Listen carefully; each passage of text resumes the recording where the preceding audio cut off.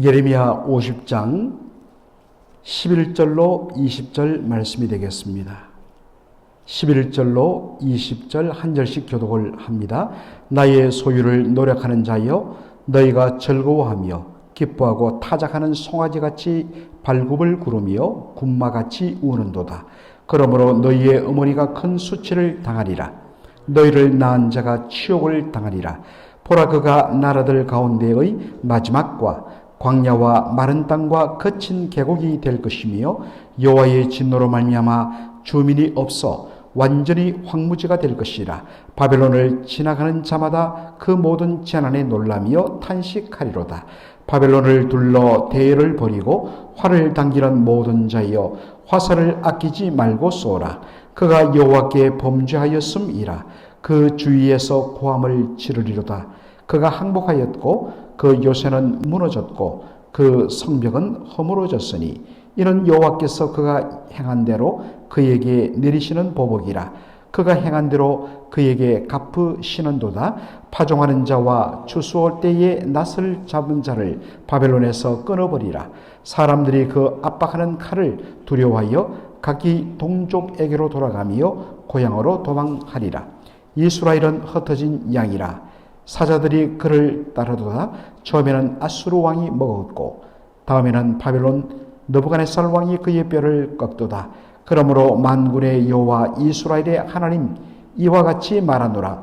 보라, 내가 아수르 왕을 벌한 것 같이 바벨론의 왕과 그 땅을 벌하고 이스라엘을 다시 그의 목장으로 돌아가게 하리니, 그가 갈멜과 바산에서 양을 기를 것이며 그의 마음이 에브라임과 길앗 산에서 만족하리라. 여호와의 말씀이니라. 그날 그때에는 이스라엘의 죄악을 찾을지라도 없겠고 유다의 죄를 찾을지라도 찾아내지 못하리니, 이는 내가 남긴 자를 용서할 것임이라. 아멘. 행한 대로 갚으시는 하나님이란 제목으로 말씀을 나누고자 합니다. 어제부터 당대 최강대국이었던 바로 바벨론의 멸망에 대한 심판의 예언을 다루고 있습니다. 어제도 잠시 언급했지만 이 말씀이 주어진 시점이 대단히 중요하다 했습니다. 바로 바벨론 나라가 세계 최강대국의 최전성기를 구가하던 바로 그때였다는 것입니다. 주변 모든 나라들을 다 정복하고 기세등등하면서 그 권세가 영원하리라는 그런 자신을 가지고 살아가던 때였습니다. 바로 그때 그 바벨론의 권세는 한 줌과 같아서 불면 날아가고 그 권세는 영원하지 못하면서 얼마 지나지 않아서 무너질 것을 예언한 것입니다. 그리고 이것은 실제로 BC 539년에 그대로 현실이 됩니다. 페르시아의 고레스 왕에 의해서 그 난공불락의 요새와 같았던 바벨론 성이 함락되면서 바벨론은 흔적도 없이 하루 만에 무너지고 맙니다. 예레미야 50장 12절에 보니까 너희 어머니, 곧 바벨론 나라를 가리키는 거죠. 바벨론 나라가 큰 수치와 치욕을 당할 것이라 라고 말합니다. 그 결과로 너희 나라들 가운데 마지막이 될 것이다. 어떤 영어 성경은 the least, L-E-A-S-T, 바로 가장 작은, 가장 낮은 이라는 최상급을 씁니다. 제일 못한, 모든 나라의 어뜸이었던 바벨론이 모든 나라 중에 가장 작은 나라보다 더 못한 나라로 바로 전락할 것이다. 이게 어떻게 가능할까요? 가능합니다, 여러분. 하나님이 손대시면 세상에 그 대단한 것도 하루아침에 날아갑니다. 그리고 심지어 그들은 사람이 살기 힘든 광야, 마른 땅, 거친 계곡이 될 것이다. 여러분, 거친 계곡 하면 우리 보기에는 그 한국을 생각해서 또 여기 여러분들 우리 셔난데오 그 산에 들어가면 정말 그 계곡이 얼마나 깊습니까? 그 깊은 곳에 아름다운 나무와 함께 물이 쫙 흐르면서 그냥 그런 천연 생수죠. 그냥 떠먹어도 될 만큼 여러분 그런 것을 생각이 쉬운데 여기는 광야입니다. 그래서 사실 거친 계곡이라는 이 번역이 조금 아쉬운데 여러분 어떤 영어성에 보면 dry land 또 어떤 데는 drought 완전히 가뭄이 들어서 가뭄이란 건 뭐겠습니까? 몇 년 지나도 비 한 방울 내리지 않는 것이 가뭄 아니겠습니까? 그래서 그 땅이 물이 흐르던 그런 흔적이 있을 것인가 조차도 느끼지 못할 만큼 완전히 메말라버린 땅이 되었다라는 것입니다. 그런 땅, 메마른 땅, 그 땅에 당연히 사람이 살 수가 없는 것이죠. 그래서 결과적으로 황무지가 폐허가 되고 말았다는 것입니다. 이것을 본 모든 사람들이 놀라고 충격을 받습니다. 아니 어떻게 저 거대한 나라 바벨론이 이렇게 무너지게 됐는가? 여러분 이것은 오늘날도 얼마든지 일어날 수 있는 일입니다. 그리고 역사를 주관하시는 하나님께서는 오늘날도 여전히 일하고 계십니다. 하나님은 교만하며 불의를 저지르며 자기 자랑에 쉼차여서 살아가는 모든 나라, 권력자들 그리고 우리의 각각의 개인에 대하여 하나님은 여전히 주권자로서 심판하시는 공의로운 하나님이라는 사실입니다. 이런 차원에서 바벨론은 바로 그 당시의 나라 바벨론뿐만 아니라 역사 속에 오고 오는 모든 강대했던 나라들, 모든 권력을 다 잡았던 그런 권세자들, 그들에게 이 바벨론은 하나의 심볼, 상징으로 계속적으로 쓰여집니다. 여러분 베드로 전서를 보면 베드로가 자신이 이 편지를 바벨론에서 기록하고 있다. 여러분 많이 알려진 사실로 베드로는 그의 마지막 남은 생애를 로마로 가서 로마 교회의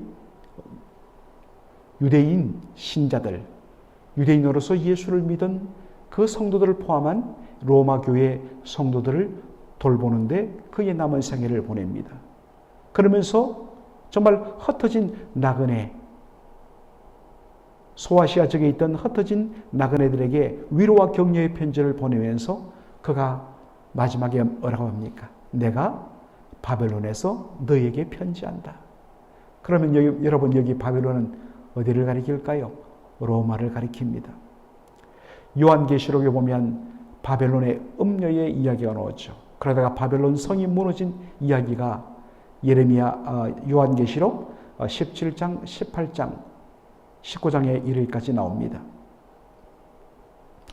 바로 로마를 가리키는 것이죠. 그 강대한 로마 제국 결국에는 무너졌고 역사 속에서 사라졌습니다. 그 이후에 정말 자기의 부와 그리고 국력의 강대함을, 무력의 놀라움을 과시했던 모든 강대국들 차례대로 무너져서 지금은 별 힘이 없습니다. 죄송하게도 우리가 살고 있는 미국도 얼마든지 바벨론으로 전락할 수가 있습니다. 아니, 바벨론을 닮아가고 있죠. 예, 하나님은 그런 교만을 용서치 않습니다. 언제든지 겸손해야 하는 것이죠. 개인도 마찬가지입니다. 예레미야 50장 14절에 보니까 바벨론에 대한 하나님의 분노가 나옵니다. 14절 보니까 바벨론을 둘러 대열을 벌이고 활을 당기는 모든 자여 화살을 아끼지 말고 쏘라. 그가 여호와께 범죄하였습니다. 하나님은 바벨론을 공격하는 페르시아 군들에게 불을 당기십니다. 바벨론을 향하여서 화살을 쏘되 남기지 말고 모든 화살을 다 퍼부라 라고 이야기합니다. 이유는 바벨론이 여호와께 범죄했기 때문이다. 결국 마침내 바벨론의 성벽이 무너지면서 함락되어 항복하게 됩니다. 15절 보면 하나님의 반응이 나오죠. 이는 여호와께서 그가 행한 대로 그에게 내리시는 보복이라. 바벨론이 여호와께 범죄한 내용이 구체적으로는 언급되지 않습니다. 또한 하나님께서 그가 행한 대로 그대로 갚으셨다. 도대체 그가 무슨 일을 행했기에 하나님이 그대로 갚으시는가? 직접적으로 언급이 되지 않습니다.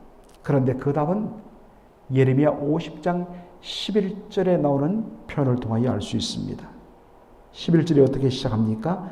나의 소유를 노력하는 자여, 너희가 즐거워하며 기뻐하고 타작하는 송아지같이 발굽을 구르며 군마같이 우는도다.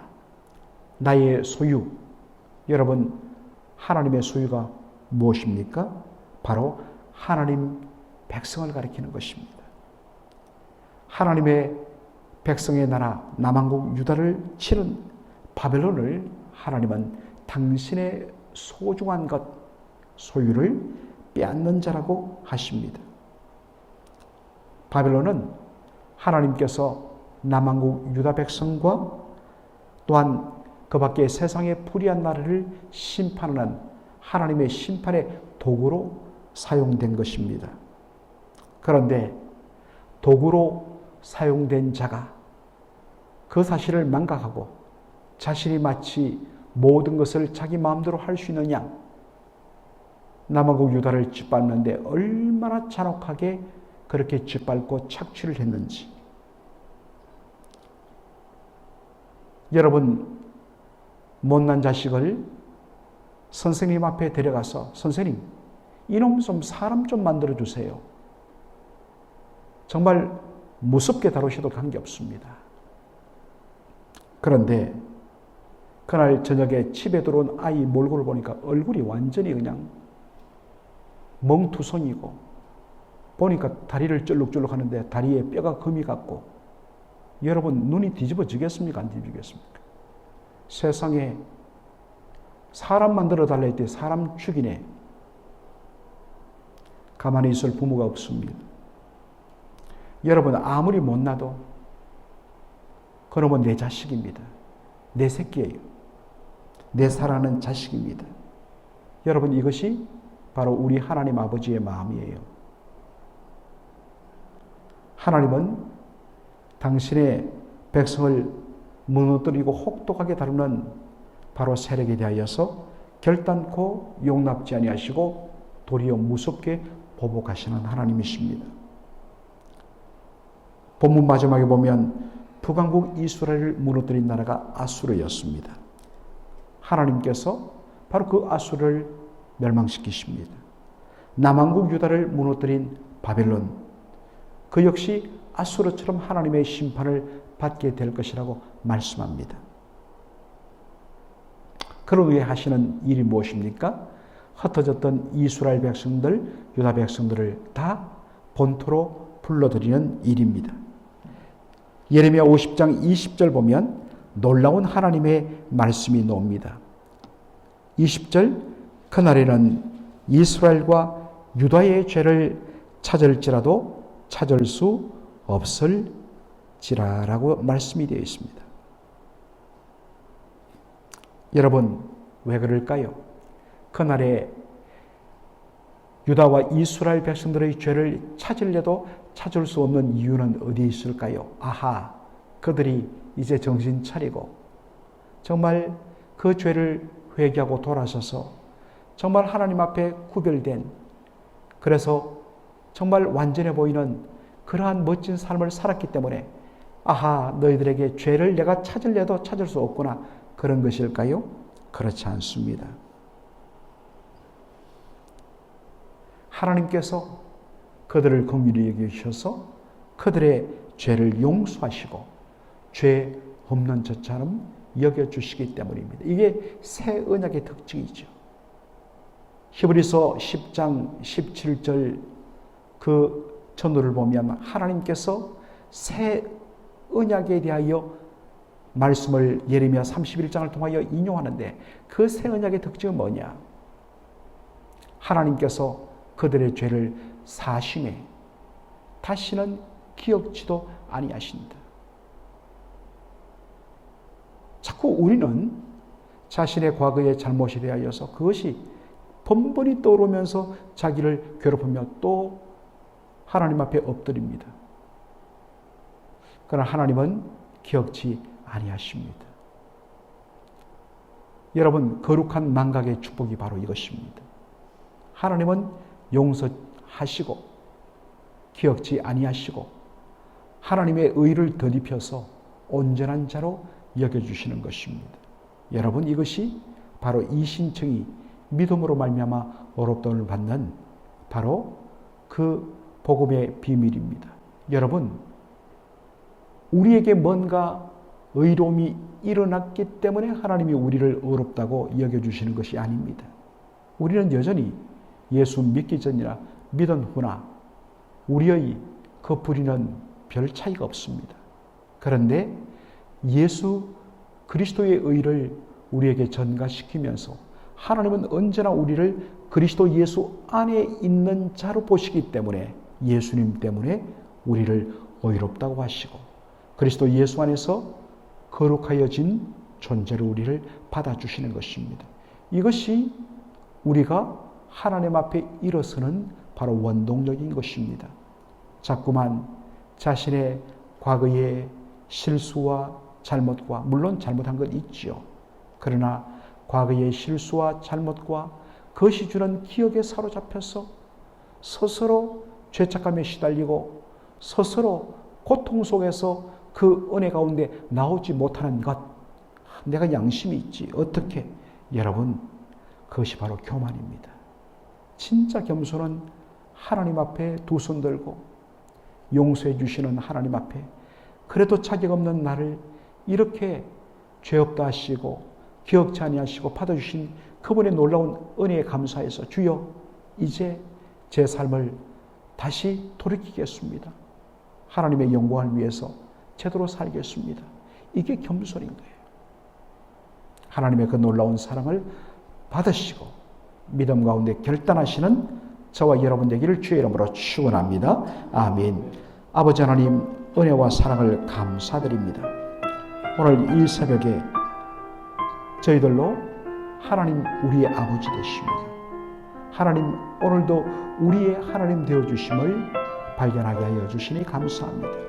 아무리 못나도 우리는 하나님의 사랑하는 자요, 하나님의 사랑하는 자녀들이요, 그리고 그 누구도 빼앗아갈 수 없는 하나님의 놀랍고 값진 하나님의 소유인데 감히 하나님의 백성 손대는 자 그들이 하나님의 보복을 당할 것이요 하나님의 놀라운 심판을 받게 될 것이다. 오 주님, 이 사실을 깨달음으로 인하여 주여 이 땅에서 살아갈 때에 당당하고 확신 있게 살아가는 저희들 되게 하여 주옵소서. 내 뒤에 하나님이 계시며 그분은 우리를 돕는 자시며 우리를 위하여 싸우시는 분이라. 이 사실에 의지하는 저희들 되게 하여 주옵소서. 참으로 허물 많은 이스라엘 백성들을 향하여서 그들을 죄 없는 자로 여겨주시는 그 은혜와 같이 오늘 우리에게도 도무지 하나님 앞에 설 수 없는 불의한 저희들을 그리스도 예수 안에서 예수님 때문에 예수님의 의를 보시고 우리를 의롭다 하시며 우리의 죄를 기억지 아니하시는 이 좋으신 하나님의 은혜에 감사하여서 우리를 괴롭히는 과거의 아픔과 고통과 상처의 기억들을 십자가에 못 박고 오직 하나님 앞에서 새로운 피조물로서 하나님 앞에 하나님의 영광을 위하여 살아가는 저희들의 삶이 되게 하여 주시옵소서. 예수님의 이름으로 기도하옵나이다. 아멘.